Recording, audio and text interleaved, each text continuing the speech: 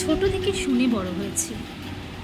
দিদিমার মুখে শুনেছি মাকে বলতো, শুয়ে থাকো, যে শয় সে রয়। সত্যি কি তাই? যে শয় সে কি আদেও রয়, নাকি সে ক্ষয় হয়? ভেতর থেকে মানুষটা দিনে দিনে ক্ষইতে থাকে, পরিস্থিতিকে মানিয়ে নিয়ে চলতে থাকে, কারণ কিছু করার নেই। সইতে তো হবেই। সমাজ, সন্তান, পরিবার এসবের দিকে তাকিয়ে দিনের পর দিন সইতে থাকে। আর সইতে সইতে মানুষটা যে ভেতর থেকে শেষ হয়ে যায়, তার খবর কি কেউ রাখে? কেউ রাখে না। নারী তোমার বাড়ি কই? সত্যি মাঝে মাঝে প্রশ্ন হয়, সত্যি নারী তোমার বাড়ি কই? নারীর কোনো বাড়ি হয় না।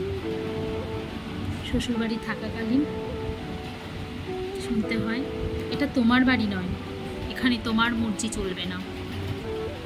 রাগ করে বাপের বাড়ি দুদিনের জন্য গেলে ওখান থেকে মা বুঝিয়ে পাঠায়, এটা তোমার বাড়ি নয় বাবা, ওটাই তোমার আসল বাড়ি। আচ্ছা বলুন তো, এই কথাগুলো কি একটা মেয়েকে বলা সত্যিই আবশ্যক? কোথায় যাবে সেই মেয়েটা, যার না স্থান হয় তার শ্বশুর বাড়িতে, না হয় তার বাপের বাড়িতে? আমি সবসময় একটা কথাই বলি মেয়েদের উদ্দেশ্যে, নিজের অস্তিত্বকে দাঁড় করাও, নিজের বাসস্থান তৈরি করো, যাতে তোমাকে ভবিষ্যতে শুনতে না হয় এটা তোমার বাড়ি নয়।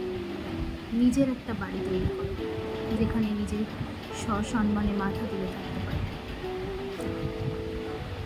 এখন মা হয়ে বুঝতে পারি, নিজের কষ্টটা থেকে সন্তানকে এটাই শেখাবার চেষ্টা করি, বাবা নিজের পায়ে দাঁড়াও।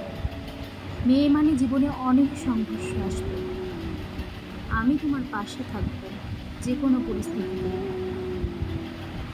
কিন্তু মা বাবা যে সবসময় পাশে থাকবে সেটা তো নয়। তাই নিজের অস্তিত্বকে তৈরি করতে শেখো, নিজের বাসস্থান তৈরি করো। তোমার সর্বপ্রথম কাজ নিজের একটা বাসস্থান তৈরি করা, যেখানে তুমি সসম্মানে জীবনযাপন করতে পারবে। কেউ তোমার দিকে আঙুল তুলে বলবে না এটা তোমার বাড়ি নয়। তোমার যখন মনে হবে তুমি তোমার আশ্রয় খুঁজে নিতে পারবে। তাই প্রত্যেকটা মেয়ের কাছে আমার করজোড়ে অনুরোধ, যে ভুল আমরা করেছি, মা বাবার কথা মতো যেখানে বিয়ে দিয়েছে, বিয়ে করেছে, সংসার করছি, করতে হচ্ছে, কিন্তু নিজের অস্তিত্বের দিকে কখনো তাকায়নি, আজও মুখ বুঝে ঘুরেই যাচ্ছে। সন্তানের মুখ চেয়ে সন্তানকে মানুষ করতে হবে, এটা একটা সুন্দর পরিবেশ দিতে হবে। তাই আজকে আমাদের মুখ বুঝে সহ্য করেই নিতে হচ্ছে। হয়তো বা নিজের পায়ে দাঁড়ানোর সময় আছে, কিন্তু পরিস্থিতির চাপে পড়ে হয়তো আমরা সেই স্বপ্নগুলোকে পূরণ করতে পারি না। তাই প্রত্যেকটা মেয়ের কাছে আমার অনুরোধ, বিয়ের আগে নিজের পাটা শক্ত করো, অন্যের ঘাড়ের ওপর ভর করে চলতে চাই না। আমরা মেয়েরা, কিছু মেয়েরা আছে যারা বিয়ের আগে বাবার কাঁধের ওপর ভর করে চলি, বাবাও সুন্দরভাবে আল্লাহ দিয়ে মানুষ করে অন্যের বাড়ি পাঠায়, ভাবে যার হাতে দিলাম হয়তো আমার মেয়েকে আমার মতোই সুন্দর করে রাখবে, কিন্তু সেটা তো নাও হতে পারে। প্রত্যেকটা বাবা মায়ের কাছে আমার করজোড়ে অনুরোধ, নিজের সন্তানকে প্রতিকূল পরিস্থিতিতে ঘুরে দাঁড়ানোর মতো তৈরি করুন। বিয়েটাই জীবনের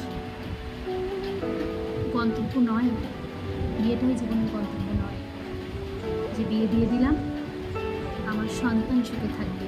একটা সুন্দর চাকরি দেখে, সুন্দর ফ্যামিলি রেখে তুমি তোমার মেয়েকে বিয়ে দিয়ে দিলে, ভাবছো তোমার মেয়ে খুব সুখে থাকবে? আদেও কি তাই? মেয়েকে বিয়ে দেওয়ার জন্য প্রস্তুত না করে মেয়েকে নিজের পায়ে দাঁড় করানোর জন্য প্রস্তুত হবে। আজ মেয়ের মা হয়ে ওটা আমি হাড়ে হাড়ে উপলব্ধি করতে পারি। আমার মেয়েকে আমি এখন থেকে শিক্ষা দিতে চেষ্টা করি যে বাবা নিজের পায়ে দাঁড়াও, তোমার যাতে মা বাবার ওপর ডিপেন্ডেন্ট না হতে হয়, স্বামীর ওপর ডিপেন্ডেন্ট না হয়, নিজস্ব একটা পরিচয়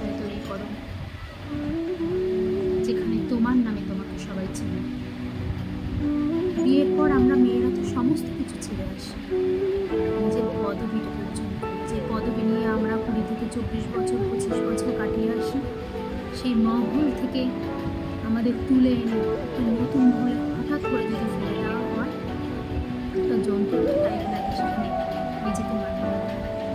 আমরা তো মানুষ, কিন্তু আমাদের জন্য সেই সময়টা নেওয়া হয়।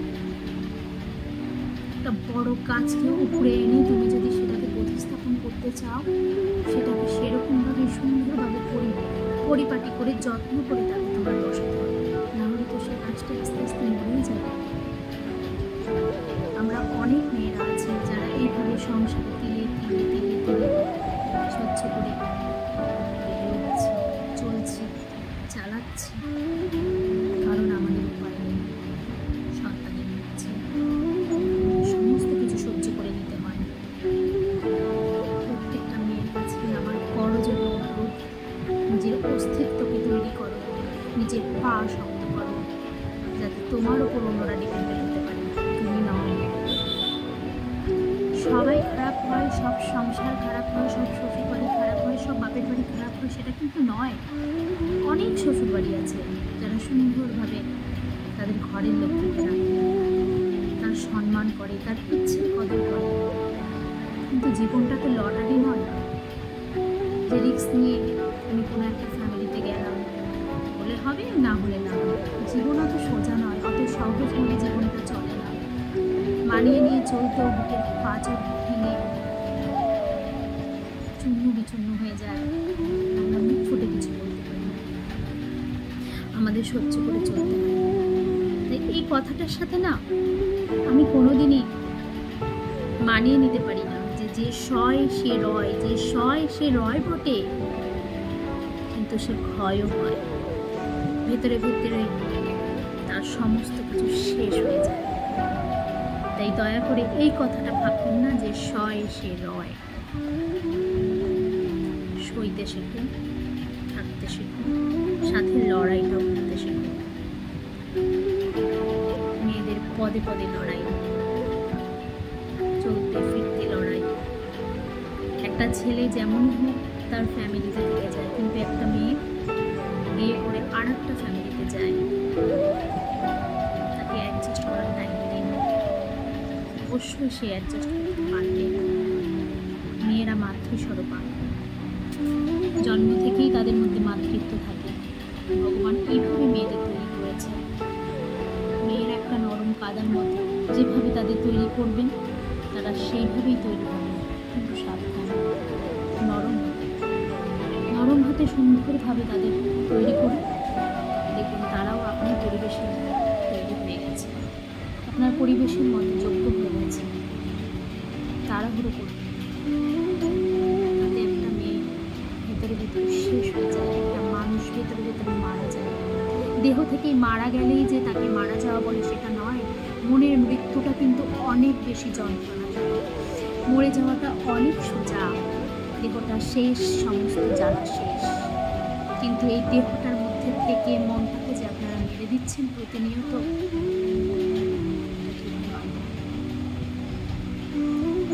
এটা মোটেও ঠিক নয়।